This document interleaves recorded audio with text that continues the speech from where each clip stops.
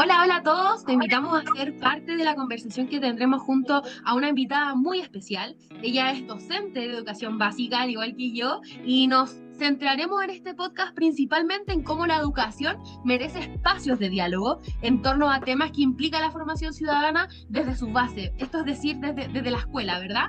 Para ello, nos vamos a respaldar del autor Antonio Bolívar en su texto de Educación para la Ciudadanía, algo más de una asignatura. Mi nombre es Constanza Pardo y le damos la bienvenida a Sofía González. Hola, hola a todos y todas, soy Sofía González y quiero dar las gracias por esta invitación. Me siento honrada por el espacio y estoy a disposición para dialogar contigo, Constanza, o te puedo decir Connie para más confianza. Dime, Connie, nomás. Excelente, Connie. Como estaba diciendo, me parece muy relevante que estos temas se pongan sobre la mesa y podamos compartir perspectivas en cuanto a la educación. Concuerdo contigo, Sofi, y para comenzar quisiera realizarte la siguiente pregunta. ¿Cuáles son los problemas y retos que debe sortear la educación en la ciudadanía? En primer lugar, el autor Antonio Bolívar plantea que en general la educación de la ciudadanía se enfoca en lo memorístico y no en los Mm. hechos como tal, lo que no nos garantiza totalmente el aprendizaje, convirtiéndose en un desafío. Si no le brindamos espacios de participación a los y las estudiantes donde aprendan haciendo y siendo parte de un ejercicio democrático, tal como elegir su representante o de apropiarse de su entorno y cuidarlo, para ejercer ciudadanía desde la propia escuela, no estaríamos involucrándolos en su propio aprendizaje ni preparándolos para la vida en ciudadanía, que es lo que espera el currículum nacional, con su eslogan de preparemos ciudadanos para la sociedad en que vivimos. Claro, Sofi, totalmente de acuerdo contigo. Y lo que señala el autor lo describe súper bien. Eh, Cuando está en la página 87, habla de que las escuelas deben garantizar que todos los estudiantes y toda la comunidad educativa en general tenga el derecho genuino a aprender. Entonces, finalmente, estas habilidades que señala, si bien son difíciles de enseñar y evaluar en el entorno educativo, no es imposible. Pero Sofi, para que nuestros oyentes puedan comprender aún mejor lo que nos señalas, ¿tú me podrías plantear algún ejemplo de esto? Claro, llevándolo a lo concreto, cuando vamos a enseñar sobre democracia, se explica que es un proceso donde los ciudadanos eligen a sus gobernantes por una mayoría de votos, por ejemplo, pero la democracia es solamente eso. Además, las personas que no cumplen con la mayoría de edad no votan, por ende se queda en un concepto un tanto aislado. Entonces, para que hoy los estudiantes comprendan de mejor manera esto, se puede realizar ejercicios donde los niños y niñas ejerzan su voto hacia el centro de estudiantes o su presidente de curso, donde se familiaricen con temas de representatividad y también se sientan parte de una decisión finalmente. Independientemente del nivel, ya sea educación básica o media, lo que trasciende de una definición solamente. ¿Me explico? Muy, muy buen ejemplo, Sofi. Agregaría lo que señalas que otro reto que actualmente tenemos en la educación de la ciudadanía tiene total vínculo con el cómo nosotros y nosotras como docentes lo llevamos al aula. O sea, el currículum a veces los limita como docentes y creo que aquí es donde tenemos que potenciar esto utilizando las habilidades y las actitudes entregadas por el mismo ministerio e ir más allá de lo estipulado finalmente. Es como cruzar esa línea. Porque el mismo Bolívar lo dice, o sea, tenemos que tomar en serio estos puntos para que lleguemos a enseñar de manera útil, inclusiva y accesible. Totalmente de acuerdo. Creo que es grande el trabajo que debemos hacer para poder implementar prácticas útiles, como tú dices, y que los niños aprendan. Si al final de todo esto los niños y niñas son quienes están en el centro del aprendizaje. Exacto, exacto. La educación de la ciudadanía enfrenta una serie de desafíos y problemas, ¿verdad? Pero es importante reconocerlos y trabajar para superarlos con el fin de garantizar que los estudiantes tengan las habilidades y valores necesarios que hemos hablado en este podcast. Ahora bien, ¿cómo comprende el autor la democracia y la educación para la ciudadanía y cuáles son las posibilidades que nos entrega la educación democrática, Sofía? Mira, en el quinto capítulo del texto del que venimos dialogando, el autor afirma que la educación ciudadana va mucho más allá de la enseñanza de los derechos y deberes de los ciudadanos. Pero, ¿qué quiere decir con esto? Se preguntarán nuestros oyentes. Bueno, esto implica fomentar la participación activa y crítica en la vida democrática.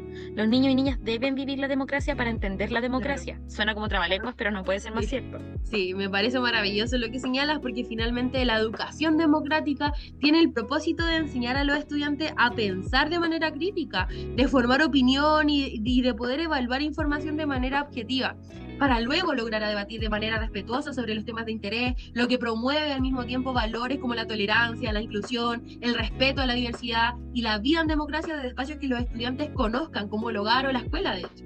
Claro, lo que permite que a través de la participación se puedan tomar decisiones en conjunto, de modo que contribuyan a los espacios de participación y a la Claro. construcción de una sociedad más justa, Ujú. donde todos sean parte finalmente. En el caso de la educación y la democracia, el autor nos deja una frase muy marcada, la cual es que En una una educación democrática toma como valor de primer orden educativo en sí mismo la participación en todos los niveles, como gestión del centro y del aula, de la convivencia, etcétera. En el fondo es participación.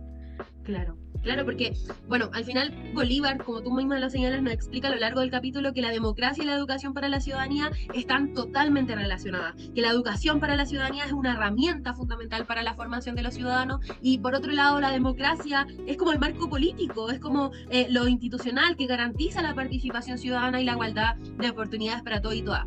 Con esto quiero preguntarte algo que me tiene rondando la cabeza desde que comenzamos el podcast y es ¿cuáles deben ser los espacios de aprendizaje de la ciudadanía en la escuela? Mira, Connie, siento que desde lo que he leído y en base a mis experiencias personales en aula, te puedo decir que uno de los principales espacios de aprendizaje en la escuela es el recreo. Aunque suene extraño, el recreo. Aquí podemos ver cómo las y los estudiantes solucionan problemas con las herramientas que ellos y ellas conocen en ese minuto en temas de democracia, aunque ellos no lo sepan. También puede ser cuando se hacen asambleas, las reuniones de centro de padres, centro de estudiantes, los consejos de profesores e incluso las mismas aulas. Pues aquí es donde los y las estudiantes se relacionan y finalmente toman decisiones en base a su conocimiento. Sí, súper bien, me parece increíble lo que señalas. Además agregaría quizás el tema de las TICs, porque ahora podemos crear nuevos espacios vitales, virtuales, que generan aprendizajes democráticos como los blogs digitales, boletines de opinión, etcétera. Mira, la pregunta que te voy a realizar a continuación creo que es una de las más importantes para esclarecer la visión de los docentes a la hora de enseñar historia, y es ¿qué significa educar para la democracia en la democracia? Mira qué importante pregunta, es lo que hemos conversado durante todo este podcast.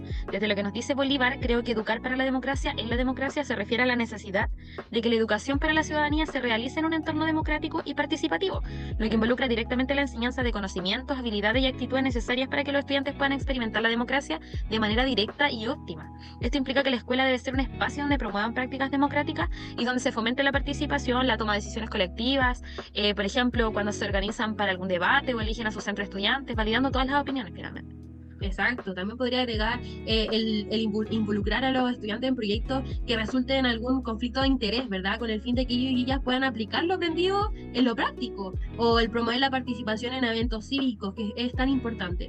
Bueno, ahora para finalizar este podcast, como profesora y profesora de formación, ¿qué aprendizaje consideras más valioso para la práctica profesional?